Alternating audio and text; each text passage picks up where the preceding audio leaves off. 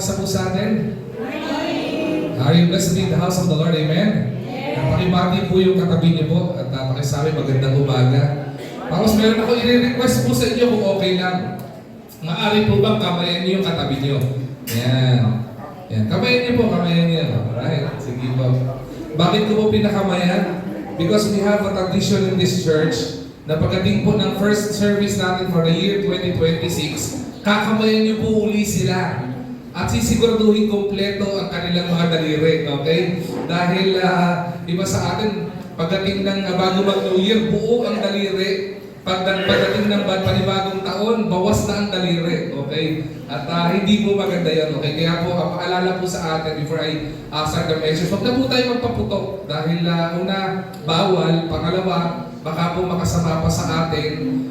Meron po akong payo, magmula po ngayon, kung gusto nyo talaga magpaputok, ngayon pa lang, huwag na kayo maligo. Dahil pagdating ng New Year, puputok din yan. Alright? So, but again, kidding aside, again, batiin ko na po kayo ng una, Merry Christmas sa mga hindi ko nakita ng Christmas. At Happy New Year din po sa bawat isa po sa atin. Alright? At ngayon po nga umaga pong ito, I will be engaging in a message. We're still in the message series na God's Gift. Pero nandun tayo sa message na tipong papunta na tayo, transition tayo from 2025 to 2026. And entitled, this message ngayon pong umagang ito, Finishing Well, Trusting God Still. Finishing well, trusting God still. Sabi po, life is not a sprint, okay? It is a lifelong journey, okay? Ang buhay daw po natin ay hindi isang sprint na isang diretsyo takbo lang. It's a lifelong journey, mahaba po ito. Kaya kung papansinin niyo po, iba sa atin, iba-iba po ang edad po natin, hindi po ba? Meron iba sa atin, mga nasa teenager pa lang, iba nasa mid-adult, iba adult na, okay? At kung titignan po natin every year, okay, nagkakaroon transition from year to year at makikita po natin panibago at panibagong taon po binibigay ng Panginoon sa atin. And every year, hindi po ibig sabihin po nung tapos na ang buhay po natin.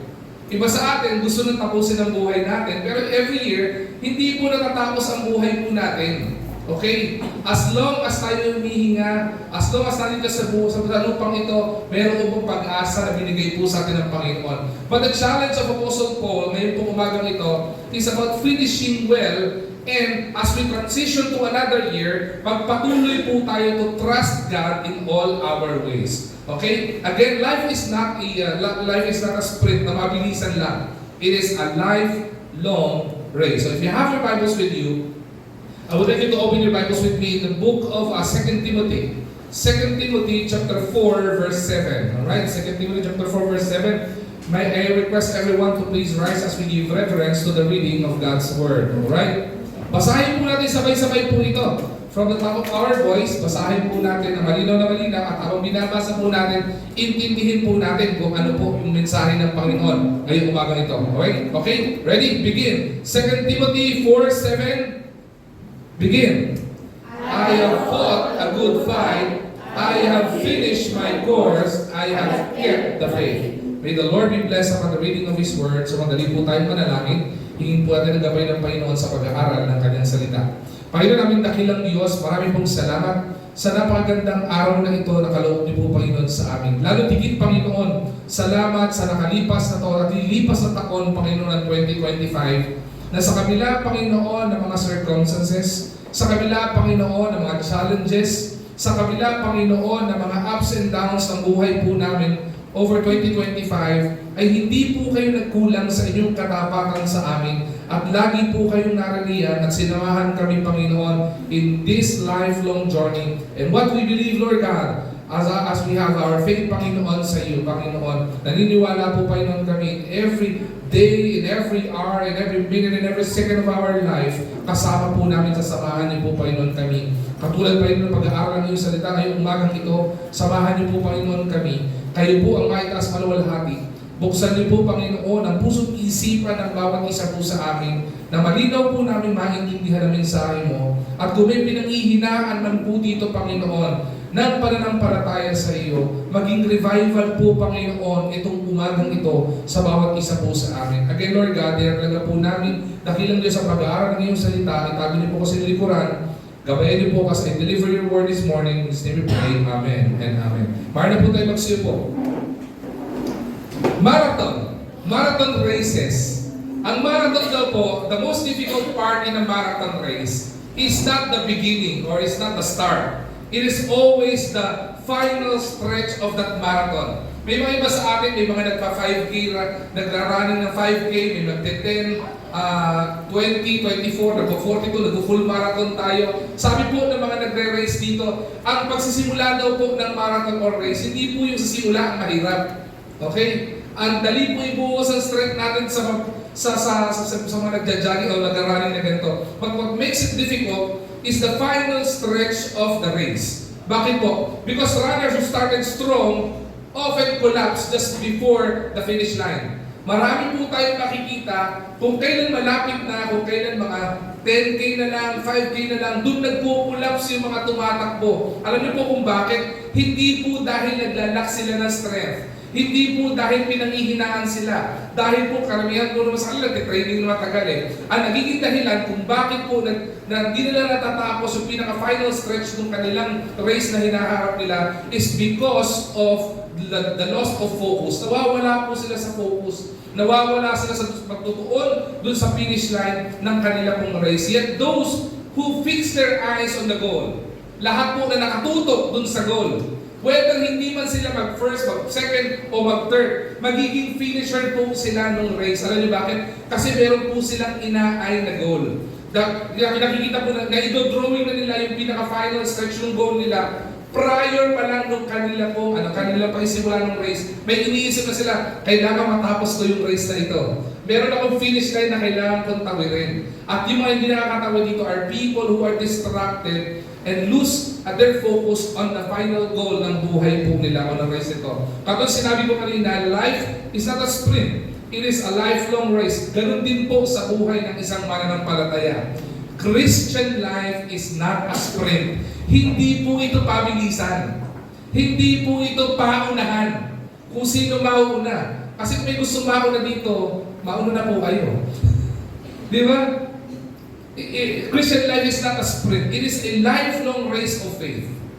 Yung araw-araw, umaasa ka na may pag-asa sa buhay. Yung araw-araw, alam mo may mga distraction, alam mo may pagsubok, alam mo may susunod na problema, may mga ups and downs ang buhay po natin, sa journey po natin, pero meron kang pananampalataya, hopeful ka sa lahat ng pinagdadaanan po natin.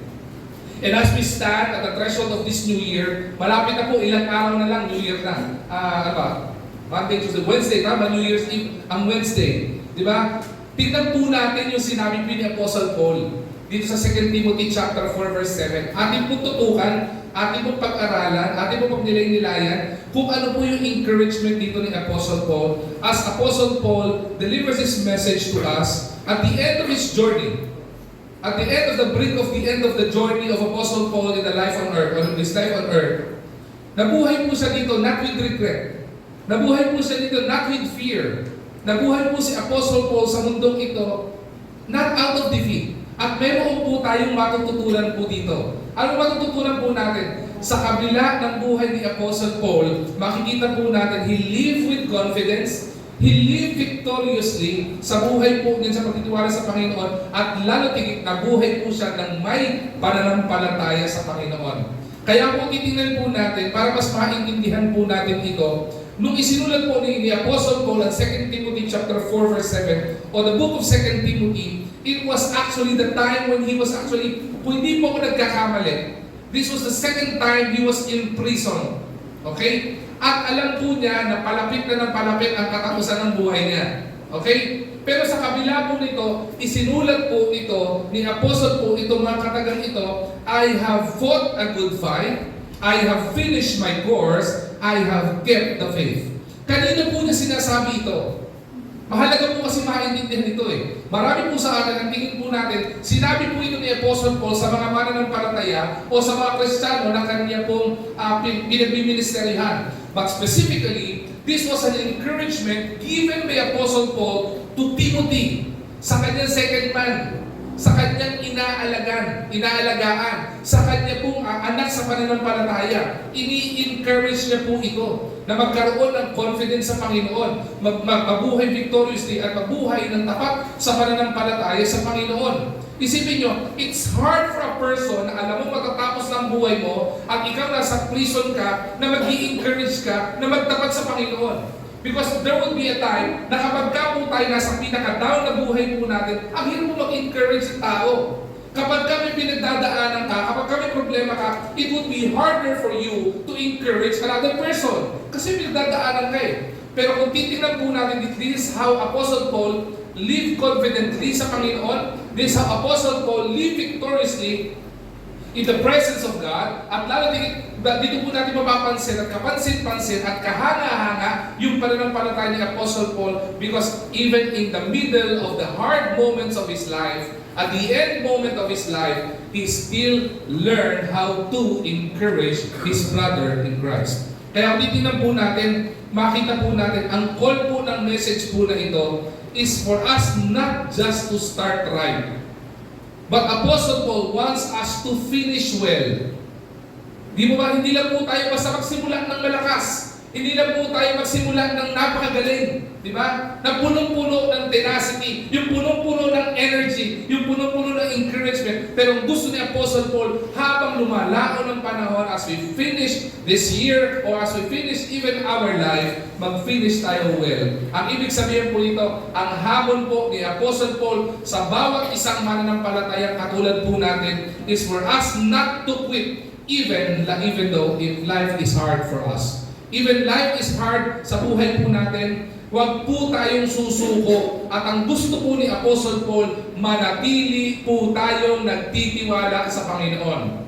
Alam ko, iba sa atin, hindi ko po alam ang story ng buhay po natin ngayon, 2025. Iba po sa atin, may mga magandang nangyari sa buhay natin. May iba po sa atin, may mga pinagdaanan tayo. Iba sa atin, nagkaroon tayo ng bigatin. Iba sa atin, nagkaroon ng financial issues. Iba, nagkaroon ng relationship issues. Iba, nagkaroon ng physical issues or even health issues. O may mga bagay na hindi nyo maintindihan, may pinagdadaanan tayo. Pero ngayon, buhay pa naman tayo. At hindi pa tayo sumusuko. Sana po ang message po ng Panginoon ngayong umagang ito ay maging encouragement po sa atin na huwag po tayong titigil sa pagtitiwala sa Panginoon. We will finish this year strong, at ang gagawin natin, maging excited po tayo sa pagpasok ng 2026 na kahit alam natin o wala tayong kasiguruhan, even though there is uncertainty in this life na susuungin natin sa 2026, magtitiwala pa rin po tayo. Amen? Yun po sana maging encouragement po sa atin. Nga, tinan po natin to. Nung sinulat po ni Apostle Paul ito, he was in Roman prison during this time, no? Sabi ko nga po kanina, most likely, it was the second time of imprisonment. Si Apostle Paul, kahit po siya nakakulong, hindi po siya huminto sa pag-minister. Kaya po, naisulat po dito ang mga Pauline epistles.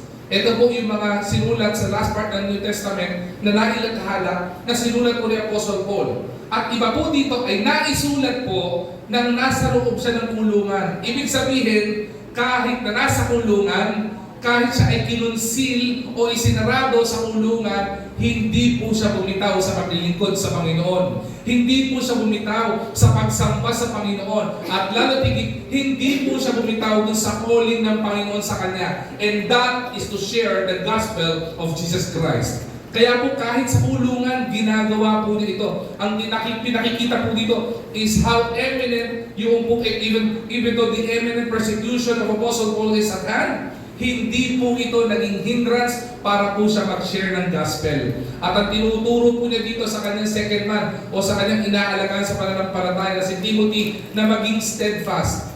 He is teaching Timothy to persevere and to endure even in times of trouble. Yung po tinuturo po dito, despite yung trials, despite yung discouragement, despite the disappointments in life, hindi po titigil ang tinuturo ni Apostle Paul kay Timothy.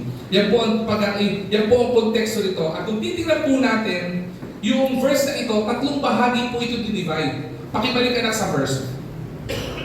2 Timothy chapter 4, verse 7, tatlong bahagi po yan. I have fought a good fight, I have finished my course, I have kept the faith. Kung titignan niyo po itong konteksto nito, ang pasimula po dito ay yung word na I. I have. Di ba? I have and I have. Kasi po, ipinapakita po niya, tinuturo po niya kay Timothy yung testimony ng kanyang buhay. Sabi niya, ito ang ginawa ko at sana maging tularan at huwaran ni Timothy. At sana po, sa mensahe po ng Panginoon ngayon, ito po ang ginawa ni Apostle Paul at sana po, ito rin po ang maging huwaran po natin at tularan po natin, lalo tigit sa pagpasok ng panibago taon ng buhay po natin. Fought a good fight. This refers to spiritual struggle. Life, sabi ko kanina, is not a sprint. It is a lifelong journey of faith. At kung titingnan po natin, sa lahat po ng mananampalataya, hindi po pinangako ng banal na kasulatan na kapag ka po tayo naging Kristiyano o kapag ka po tayo ay naging mananampalataya, hindi na po tayo aabot o hindi na po tayo tatamaan ng problema. Hindi po excuse ang pagiging mananampalataya para wala po tayo pagdaan na problema. Iba nga po, sasabihin ng iba, bakit kung kailan naging mananampalataya ko? Bakit kung kailan naging Kristiyano pa ako, mas dumaya problema ko? Talaga mayroong mga pagkakataon gano'n at inaalaw ng Panginoon na maging gano'n. Kaya po sabi dito, nung sinabi ni Apostle Paul, I have fought a good fight, ipinapakita po ni Apostle Paul sa mga tao at sa mga Kristiyano na ang buhay po natin is a life full of spiritual warfare. Our life would be full of struggles, would be full of battles, our life would be full of trials, our life would be full of temptations in life, para po mawindang ang buhay po ng bawat isa sa atin.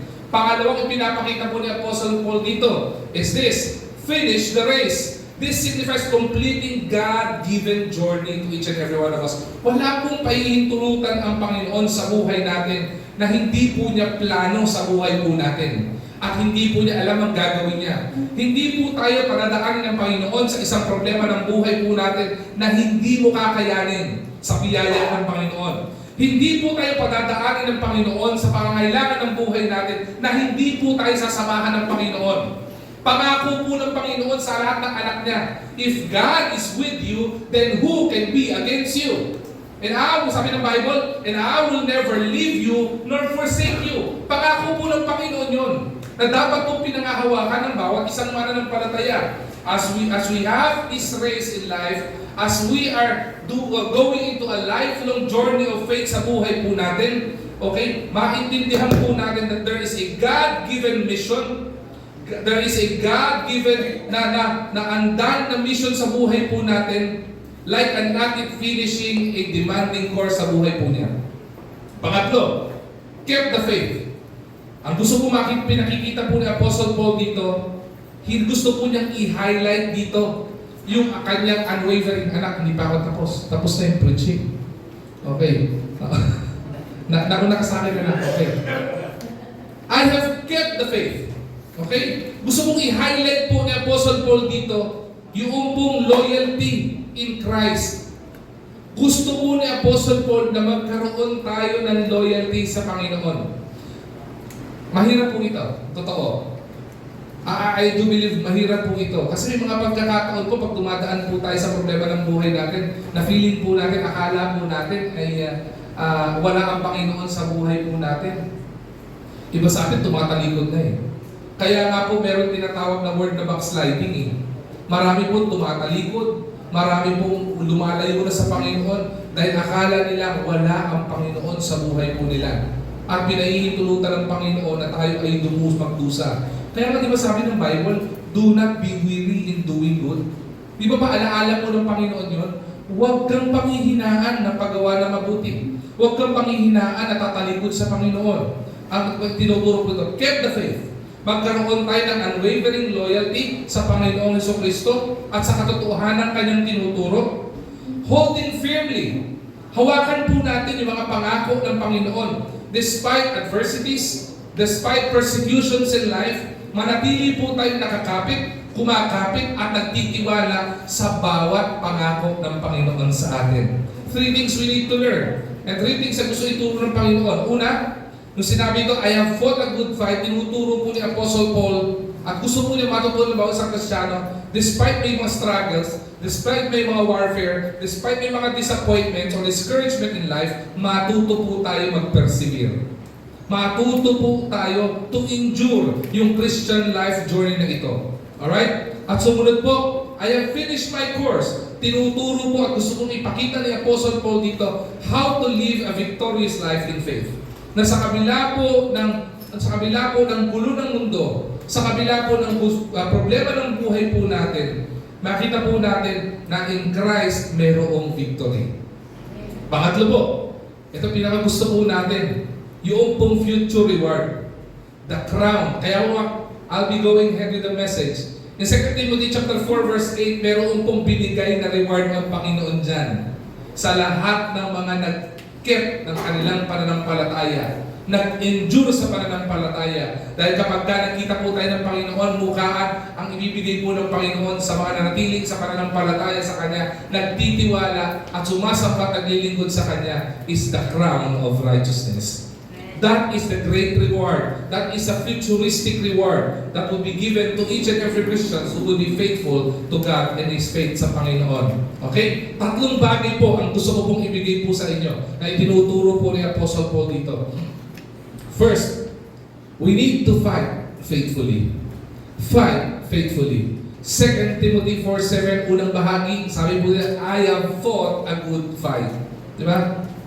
Kung titinan po natin dito, past tense na po yung sinabi ni Apostle Paul, I have fought a good fight. Alam niyo kung bakit?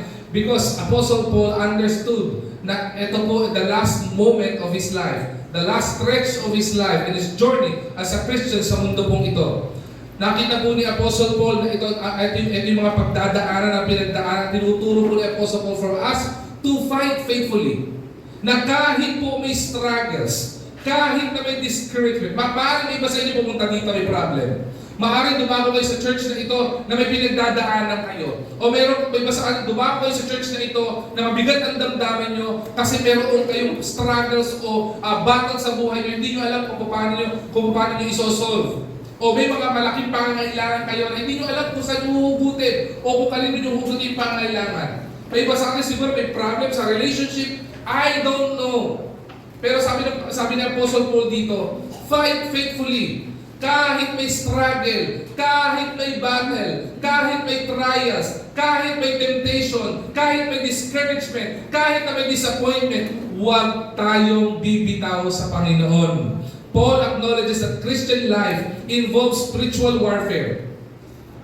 Our faith in the Lord is not passive. Hindi ito yung para sabihin mo lang, may pananampalataya ko sa Panginoon. Hindi po iaalok ng Panginoon na magkaroon ka ng pananampalataya at yung pananampalataya mo ay passive lang. Yung parang pwede mo lang sabihin verbal. Ang gusto ng Panginoon, nakikita sa buhay po natin yung ating pananampalataya. Faith that is not passive, but faith that is active. Kaya nga po sinusubok ang pananampalataya po natin eh.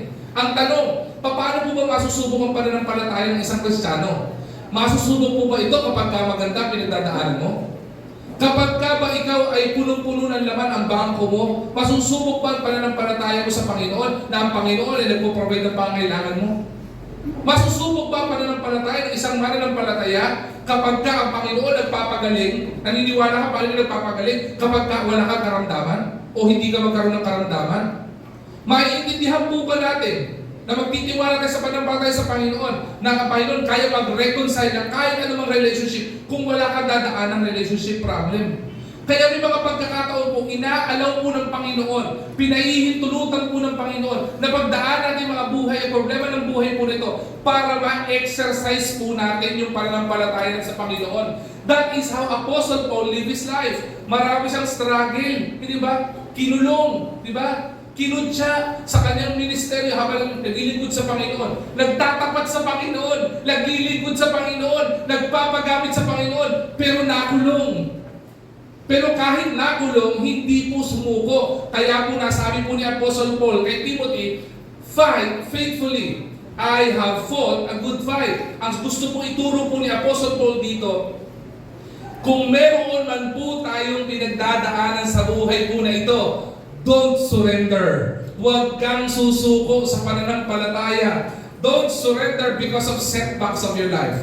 May mga setbacks ka ba? May mga difficulty ka ba? May mga disappointments ka ba? May mga discouragements ka ba? May mga problema ka ba? Huwag kang susuko. Hindi ikaw para sumuko. Don't ever retreat because of the battles of your life. If you think your battle right now is tough and strong, at tingin mo hindi mo kaya, ang encouragement po ni Apostle Paul dito, don't you ever retreat, huwag kang susuko. Diba? At ang hamon ni Apostle Paul is for us to stand firm. Mag-persevere po tayo. Stand firm in prayer. Huwag kang susuko sa pananalangin. Stand firm in your obedience sa Panginoon. Huwag kang magdi-disobey. Huwag kang lalayo sa Panginoon. The more na lumapit ka sa Panginoon kapag may pangangailangan at problema ka, the more na meron kang discouragement o disappointment in life, the more na dapat lumapit ka sa Panginoon palagi. Di ba? At lalo tigit, stand firm in the divine truth that is given by God in the Holy Scriptures. Because that will be a light unto our path.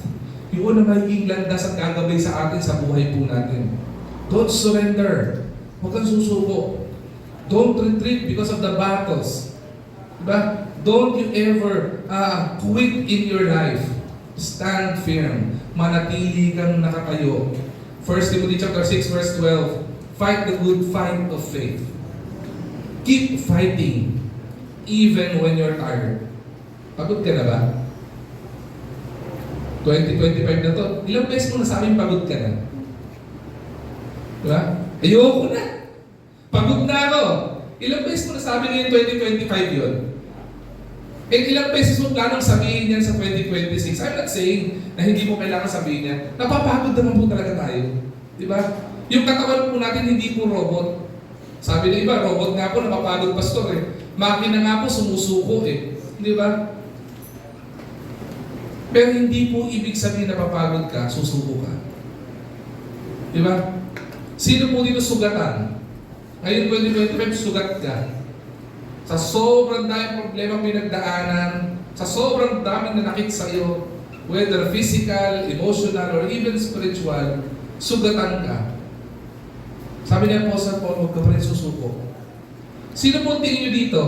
Young people, you often think that you are misunderstood because of your generation. Kaya marami yung people nag-quit agad eh. Don't you ever quit. Even though you think you are misunderstood, don't you ever quit. At work, if you think you are misunderstood, don't you ever quit. Keep fighting. Keep fighting. Di ba? Siguro, tingin ko, kung meron kung nanonood kayo ng sports, iba't iba po ang uri ng coaches eh. Sa sports, whether basketball yan, marathon yan, o kahit ano man yan. May mga ibang coach na nag-encourage, may mga ibang coach na nag-discourage. Pero totoo, ibang encouragement ni Apostle Paul. Because he encouraged yung kanyang mga tao o yung kanyang mga anak sa magitan ng example kung paano siya nabuhay na may pananampalataya sa Panginoon. Fight faithfully. Hindi po tayo excuse sa struggles. Hindi tayo excuse sa problema. Kaya sabi ng Bible, sabi ng Panginoon, lumaban ka ng may katapatan sa Panginoon. Yung totoo, pwede ka naman lumaban mag-isa eh. Pero masarap lumaban na may kakampi, hindi mo ba? Sa mga napaaway dito, nung panahon namin ang tawag dito, resba. Diba? Pagka nakikipag-away ka, mag-isa ka lang, talo ka. Lala kung 5, 6 ang kalaban mo. Ang gagamitin mong technique dyan, sayonnachi. Diba? Sayonnachi nelas ko. Bakit? Kasi hindi bubugsarado ka eh. At pagka hindi man ang gagawin mo, babalik ka, maghahanap ka ng tropa mo, hahanap ka ng rest back. Ganun sa buhay na to. Alam niyo ba sa buhay na to, may matindi tayong rest back? At ang pinakamatinding rest back natin sa buhay po nito, kahit anong mabigat na problema pinagdadaan natin, kahit sugatan ka na, kahit tayo ay misunderstood, kahit napagod ka na, may matinding rest back tayo. Walang iba kundi Panginoon. And we are to fight faithfully. Kaya minsan, piling natin, wala pa yun sa buhay natin kasi hindi ka naging faithful sa Panginoon eh. You're just fighting. The very main reason we are tired, the very main reason we are exhausted, because we are fighting. But if we are fighting faithfully, Panginoon nagbibigay ng strength. Bakit? Ang Panginoon nagbibigay ng strength eh. He is the provider of strength. Di ba? Siya nagbibigay ng kalakasan po sa atin. Siya ka nagbigay ng buhay sa atin, kalakasan pa kaya, hindi niya kaya magbigay. Sabi ito, do not quit. Fight faithfully. Tatlong bagay na po ito. Pangalawa na po ako. Gusto po ituro po ni Apostle Paul is not only for us to fight faithfully, but for us to finish faithful. Tapusin po natin ang buhay natin ito na faithful sa Panginoon. Ang sabi doon, I have finished my course. Tatapusin po at tatapos po yung kanyang journey na makikita po siya ng Panginoon faithful. Ano pinakamaganda po siguro natagpo sa buhay ng isang mananampalataya, maliban po sa beauty ng journey natin sa mundong ito, sa kulay ng buhay ng mundong ito. Di ba? Yung pag-uwi natin sa Panginoon, paglapit mo sa Panginoon, tatapikin ka ng Panginoon, i-welcome ka niya sa Heaven's Gate, tatapikin ka sa balikat, igagrab ka ng Panginoon at yakapin ka ng Panginoon, sabihin sa iyo, well done, thou good and faithful servant. The sweetest words that would ever come out of the mouth of God na po pwedeng marinig ng isang mananampalataya na uuwi sa kanyang ama ay marinig, papakinggan niya sa kanyang ama at kanyang Creator, anak, you have finished faithfully. You've been faithful. Hindi ka sumuko. Anak, naandun ako, nakita ko nung umiiyak ka. Anak, nakita ko nung sugatan ka. Nakita ko nung dapang-dapa ka dahil sobrang discouraged ka. Anak, naandun ako nung may pangangailangan ka. Anak, naandun ako noong may sakit ka at hindi mo alam kung anong gagawin mo. At even mga doctors, hindi alam kung anong gagawin mo. Pero nakita ko rin na sa kabila ng mga bigatin na pinagdaan mo sa mundong ibabaw, na inalaw na mangyari ng Panginoon, na natili ka pa rin faithful sa akin at sabihin niya, anak, I'm here. Iniyayakap ka ng Panginoon. At sabihin sa iyo ng Panginoon, well done, thou good and faithful servant. The sweetest words that a man could ever hear from his Creator would be those sweetest words. Paul didn't compare his race with others. Yun po yung kagandahan kay Apostle Paul eh. Nung may pinagdadaanan siya, hindi po kinumpara yung sarili niya. This is the problem with the Christians. Mga kapatid, open your ears and eyes and even your hearts. Kaya po tayo nadi-discourage, minsan hindi naman po dulot ng mundo eh. Kaya po nadi-discourage is because we compare our life to others. Di ba? Pag kinukumpara mo yung sarili mo sa iba, di ba? Madi-discourage ka talaga. Di ba? Kung ikukumpara ko yung buhay ko sa ibang tao, madi-discourage po talaga ako. Kaya po hindi kinumpara ni Apostle Paul yung sarili niya sa ibang tao. He never compared his race because he understood that every individual has a different calling from the Lord. Naintindihan po niya ito. Pagkos ikumpara niya po yung sarili po niya, ang ginawa niya, he finished his God-given course. Ano ibig sabihin nun? Naintindihan ni Apostle Paul yung purpose niya sa buhay niya. Hindi niya binase yung purpose po ng buhay niya sa purpose ng iba. Kaya hindi po niya kinukumpare eh. Hindi niya kinumpare yung ministry niya sa ibang tao. Hindi niya kinumpare yung status ng buhay niya sa ibang tao. Hindi niya kinumpare yung pinagdadaanan niya sa ibang tao. Hindi rin niya kinumpare yung blessing niya doon sa mga ibang tao. Never did he compare. Kasi naintindihan niya na mayroong specific na God-given journey na para sa kanya lang. Ganun po tayo ka-espesyal sa Panginoon. Sa sobrang dami po ng tao sa buong mundo, may kani-kaniyang specific journey po tayo sa mundong ito. There is a specific purpose sa mundong ito. May specific na blessing na ibibigay ng Panginoon sa atin. Maaaring iba sa atin, deserve nyo magkakotse. Maaaring iba sa inyo, deserve nyo magka-e-bike. Di ba? Maaaring iba sa inyo, deserve yung kotse / e-bike, Tesla yun. Di ba? Kasi electronic yun, di ba? Iba-iba po tayo. At iba-iba ang testimony at journey ng buhay natin. Pero isa lang ang pare-pareho tayo. Lalo tigit pagkamananampalataya tayo. Alam niyo po kung ano yun? Sa anuman journey ng buhay natin, kasama natin ang Panginoon. Faithfulness matters more than fame, speed, or even applause. Kaya po hindi kinumpara ni Apostle Paul. When he does ministry, hindi po niya pinakikinggan yung, woo! Ang galing mo! Hindi po inintindi yung Apostle Paul. Hindi po inintindi ni Apostle Paul na sa lahat ng mga apostles and disciples of Jesus Christ, Siya yung pinakamarami na nakita yung church. Down to Asia Minor, na ando nakapagtatag ng maraming churches. Kaya nga po may Pauline epistles eh. Nandiyan ang Church of Corinth, nandiyan ang Church of Ephesus. Nandiyan ang maraming churches na itayo. Hindi po binasihan po iyon ng faithfulness ni Apostle Paul sa Panginoon. Because faith in the Lord doesn't matter. Naintindihan po ni Apostle Paul yun. Ang naintindihan ni Apostle Paul, hindi ko kailangan magpasikat, hindi ko kailangan sumikat. Ang gusto kong makita ng Panginoon, abutan niya ako dito sa lupa na faithful sa Kanya. Faithfulness matters more than fame or even applause. Kaya po tinuturo po ng ehemplo po dito ni Apostle Paul sa atin, tatlong bagay. Stay committed to your calling. Lahat po tayo may kani-kaniyang calling. Lahat po tayo may kani-kaniyang purpose. Ang masakit po kasi kapag narinig po yung word na calling, akala po natin para sa mga pastor lang yan. Okay? Ako naniniwala po ako, hindi po lahat tinawag para magpastor. Diba? Bakit po? Kasi pag lahat po tayo tinawag dito pastor, maingay po itong church na to. Eh ako nga lang po, ingay ko na eh. Diba? At kung lahat tayo, malamang isang taon, iba-iba mag-preach dito. Not everybody's called to be a pastor. Not everybody's called to be a second man like Timothy. Hindi po lahat tinawag para maging ganun. Hindi po lahat tinawag para maging audio man. Isipin mo kung lahat tinawag para maging audio man. Di walang church, audio lang. Hindi ba? Hindi po lahat tinawag para kumanta. Doon maganda yung church na gano'n, singing na church, no? Hindi po lahat tinawag doon. May mga iba, pili nila tinawag silang kumanta.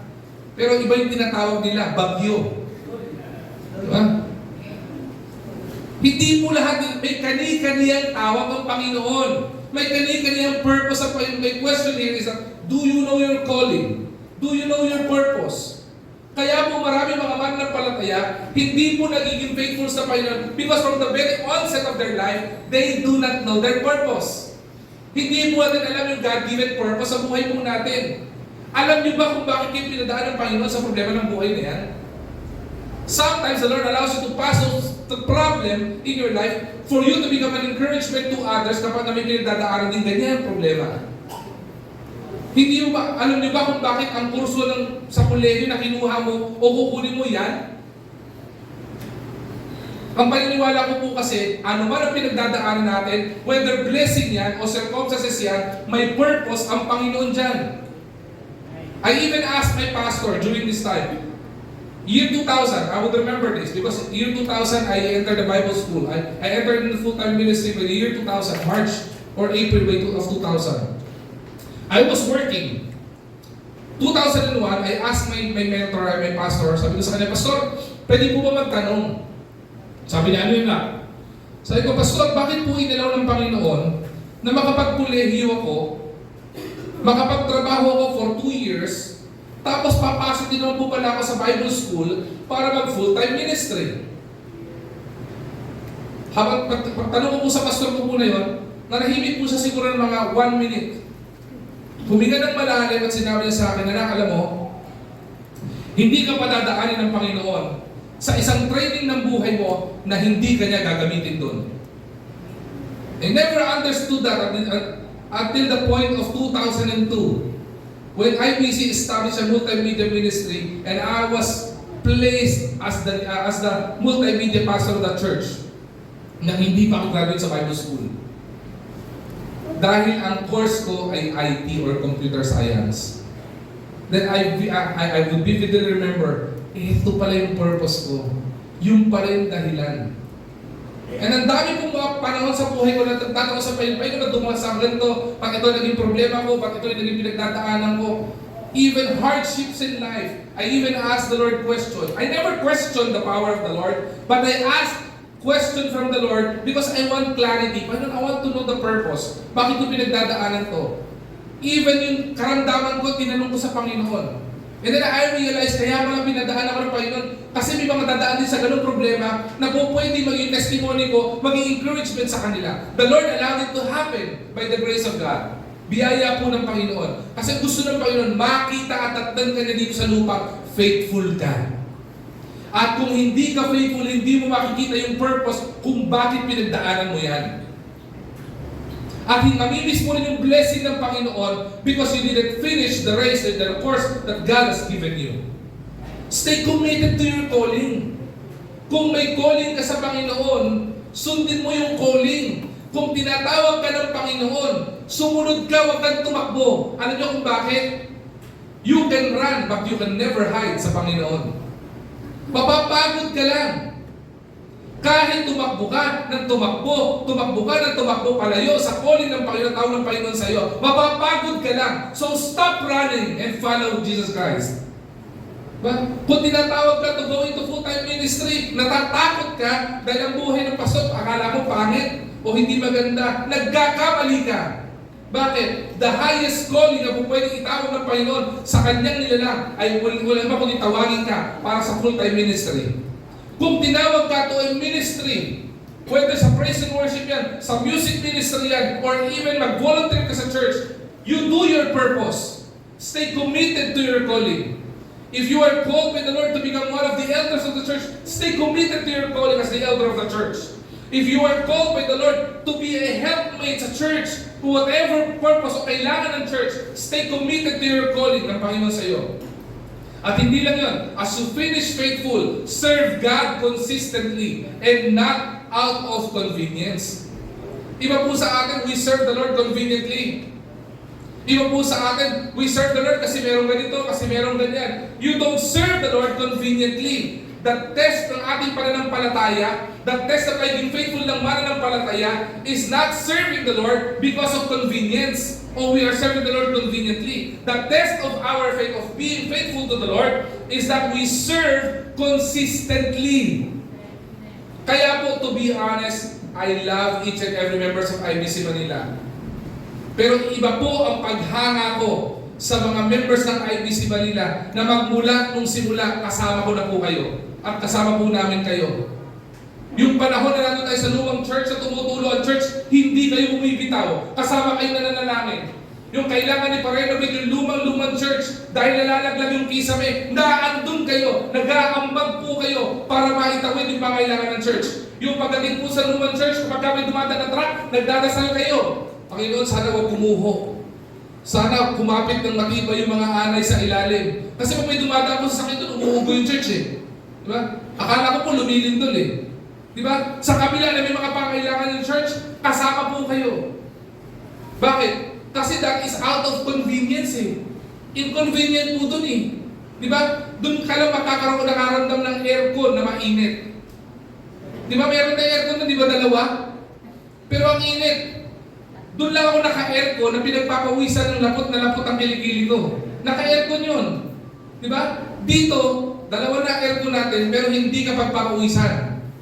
Pagpapawisan ka lang pag tinatamaan ka sa preaching. Tinitira ko ni Pastor. Hindi po ako naninira. Okay?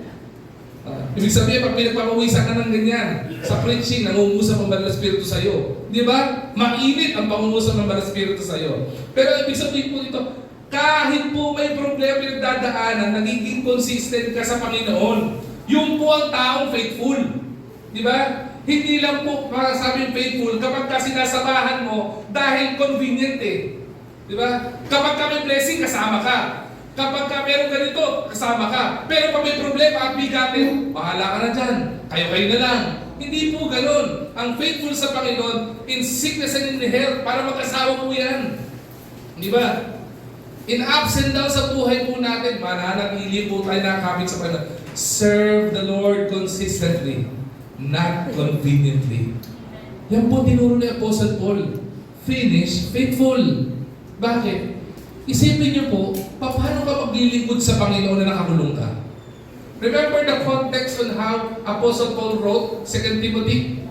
At kung paano niya in-encourage si Timothy? Sinulat po niya ito habang nakakulong. And this is how faithful Apostle Paul is. And this is an example of a faithful man of God. Even sa kanyang pagkakakulong, he was even concealed by the government.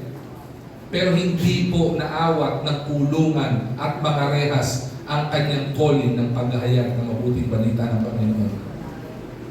Sa atin, ano po kayo magpapaawat sa ating paglilingkod sa Panginoon? Diba? Diba sa atin, sasabihin din, Pastor, masakit ang tiyan ko. Hindi ako mapag-church. Alam mo, nagsisinungaling ka. Bakit? Sa ulo ka nakakapit eh. Nandiyan ba tiyan mo?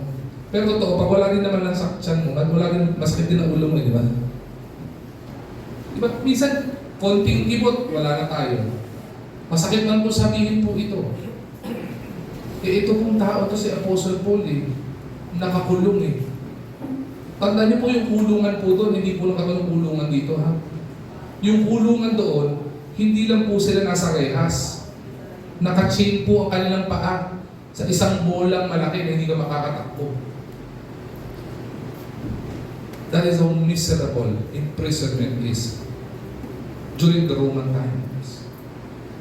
Pero anong nangyari? Still, he served consistently. Even though he's in an inconvenient place, hindi po naging hadlang yun. And sana po, as we end this year with obedience, not with excuses. Hindi po sana tayo mapuno ng excuses. Ay, hindi ako pwede. Titawag ka ng Panginoon, Lord, Panginoon, bukas na lang. Titawag ka ng Panginoon to help the ministry. Lord, si ano muna? Lord, may sakit ako. Lord, may trabaho ko. Lord, may aral ako. Ang daming excuses. Sabi po ng mentor ko dati, ganyan din po ako dati. Ang dami ko excuses. Pinagawa ako before ng website para sa church. Pastor, website po ako, hindi po ako web developer. Hindi po ako IT. Dami kong dahilan. Kasi sabi niya, anak, upo ka. Pinaupo ako eh. Sabi niya sa akin, don't give me reasons on how not to do it. Give me reasons on how to do it. Hindi ko maintindihan yan eh. Ano? Hindi ako marunong eh.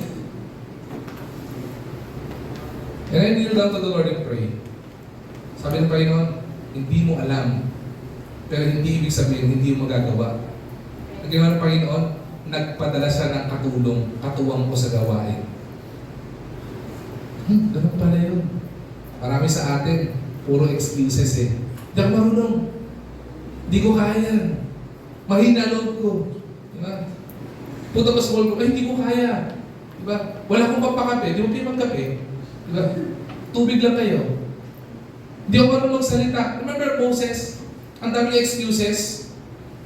Ano nangyari sa kanya? Lahat ng excuses niya, may sagot ang Panginoon.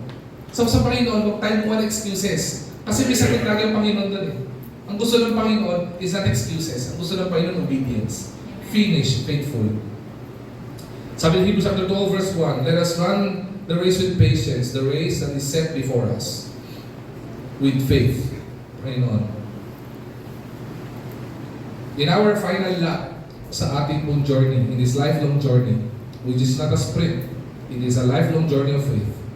Don't quit in the final lap. Bakit? Listen to this carefully.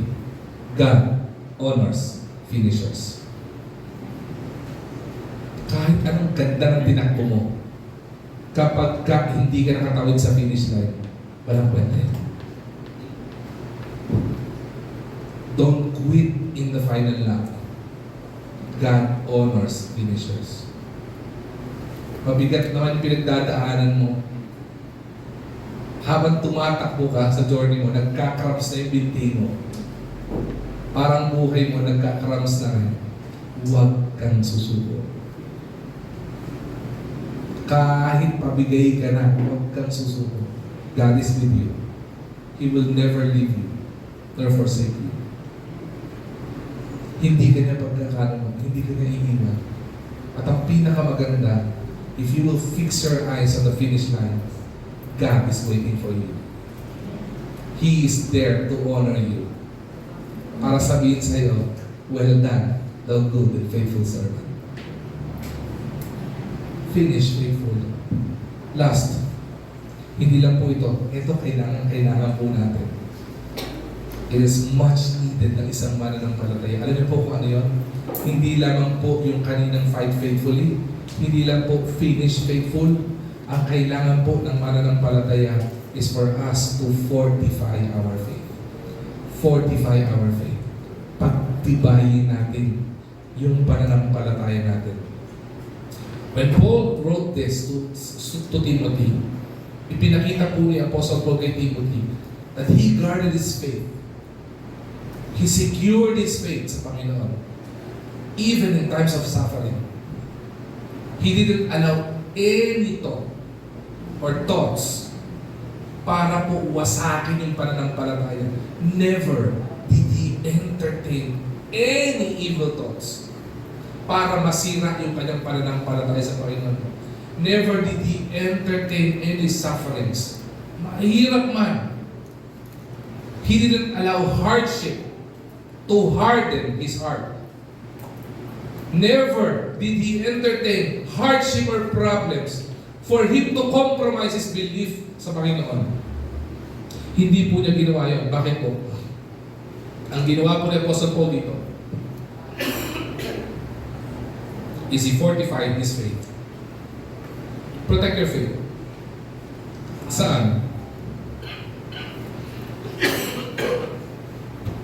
Protect your faith from doubt. Sa pagdududa. Isa po sa nagpapahina sa pananampalataya sa mananampalataya, pagdududa. Isipin mo na yung pinakamalaking pwede mo hingin sa Panginoon, na pwede mong isipin na hindi kaya bigay ng Panginoon. Sabihin ko sa iyo, upfront, nagkakamali ka. Sasagutin ko yun ng isang Bible verse. Because with God, nothing is impossible. So kung may duda ka sa Panginoon o sa kapangyarihan ng Panginoon, ilagay mo sa puso at isipan mo na with God, nothing is impossible. Bitterness, it weakens our faith. Baka may mga hinaharbor ka sama ng loob dyan. Kaya hindi ka nagiging better sa buhay mo is because you are bitter. Imprisoned ka na ng bitterness mo eh. Kaya hindi ka mag-improve eh. Hindi ka mag-move on eh. Sa buhay mo natin eh. Kasi bitter ka eh. If you want to be better in this world, remove bitterness in your heart. Ang isa pang kalaban ng pananampalataya sa pananampalataya, as we guard our faith, yung worldliness. Yung dinidikta ng mundong ito, mga mundong bagay. And for us to fortify our faith, mabigat ang pinagdadaanan, magaan ang pinagdadaanan, may mga pangailangan, may karamdaman, keep trusting God. Sabi ng Proverbs 3 verse 5, trust in the Lord with all your hearts and lean not unto your own understanding. In all your ways acknowledge Him, and He will direct thy paths. Keep trusting God. Even when answers are not heard, keep trusting God. Even the answer of the Lord is delayed, keep on trusting God. Even though you don't understand the answers of the Lord, keep on trusting God. Hold on to Christ, not based on circumstances, and even in any circumstances, magtiwala lang po tayo sa Panginoon. Trust God still. He has never failed, and I tell you, He will never fail. And as I end, finishing well in 2025, going to 2026, finishing well is not about strength. Strength in the body, it is not about that. But steadfastness in the faith. Keep trusting God still. Para matapos ka, hindi lang para magpalakas ka ng pangatawan mo. Ito po yung prayer meeting, kung dumadalo po kayo sa prayer meeting, ito po ang lagi kong end phrase sa prayer meeting. Kapatid, bago po tayo maghiwa-hiwalay, magpalakas po kayo ng pangatawan at lalo tigit, magpalakas po kayo ng pananampalataya. Finishing well, 2025 is not about the strength of your body. Again, law of thermodynamics, anything deteriorates. Nagkakasakit, humihina, tumatanda, naluluma. Pero, for us to finish well, be steadfast in the faith. Persevere. Endure with faith sa Panginoon. How do you do that?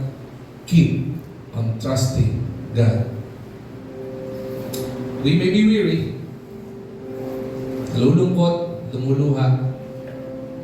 We may be wounded. Masakit ang pinagdadaanan mo, nagkaroon ka ng mabigat na problema sa buhay na ito.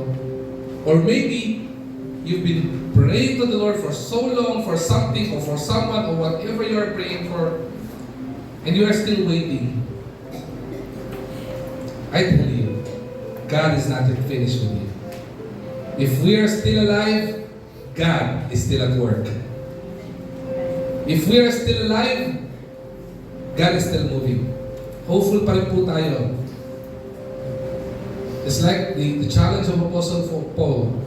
Finish this year on our knees praying with faith in our hearts sa Panginoon. Lalo tigit fire in the Spirit.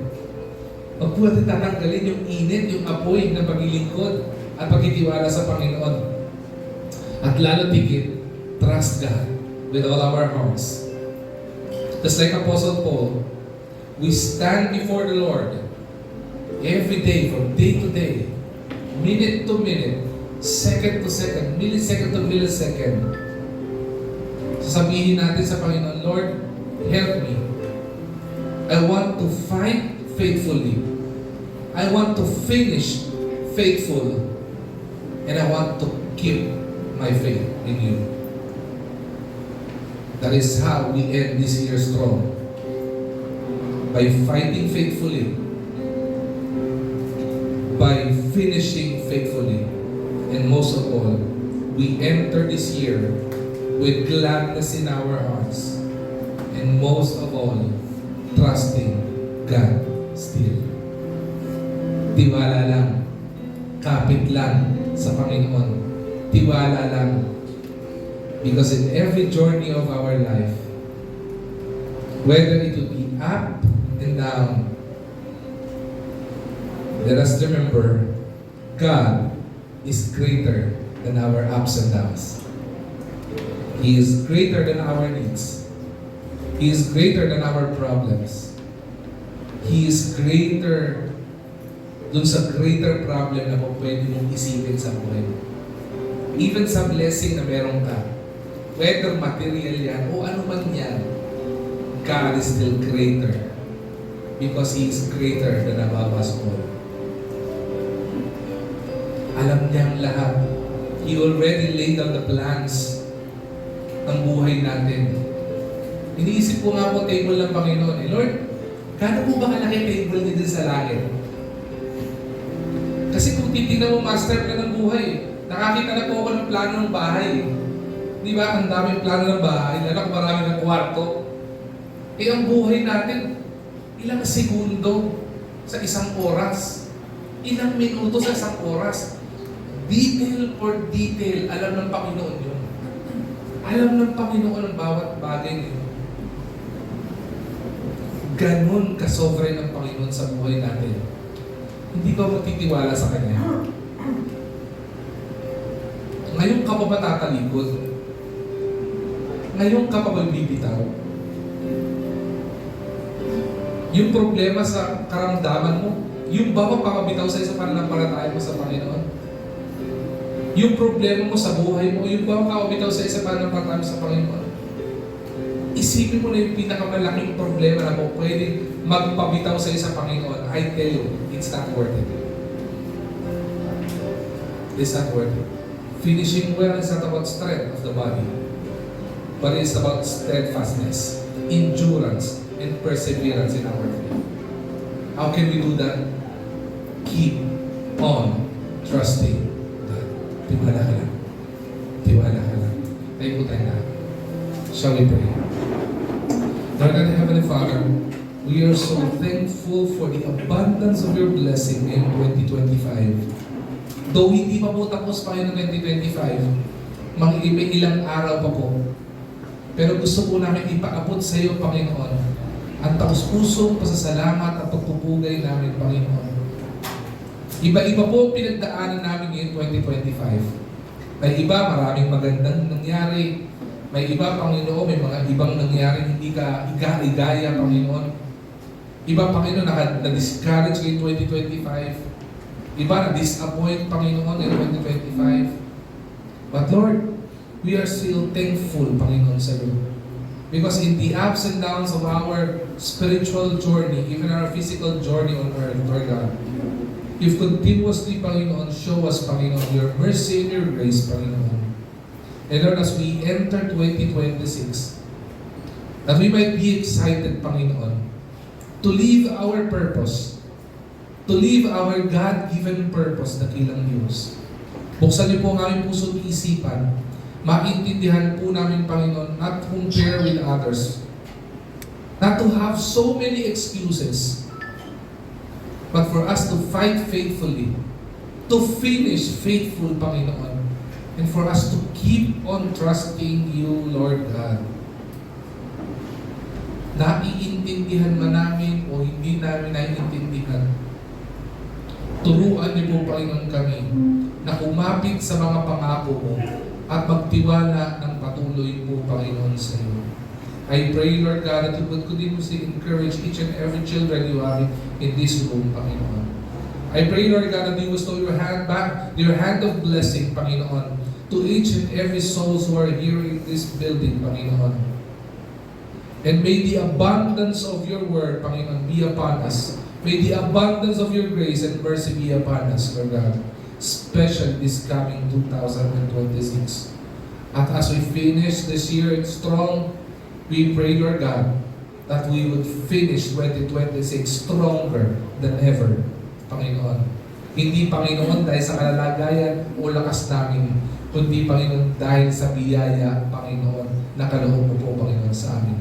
Again, Lord God, we thank you for the encouragement that you've given to us through your word, Panginoon. In Jesus' mighty name we pray. Amen and amen. Are we blessed?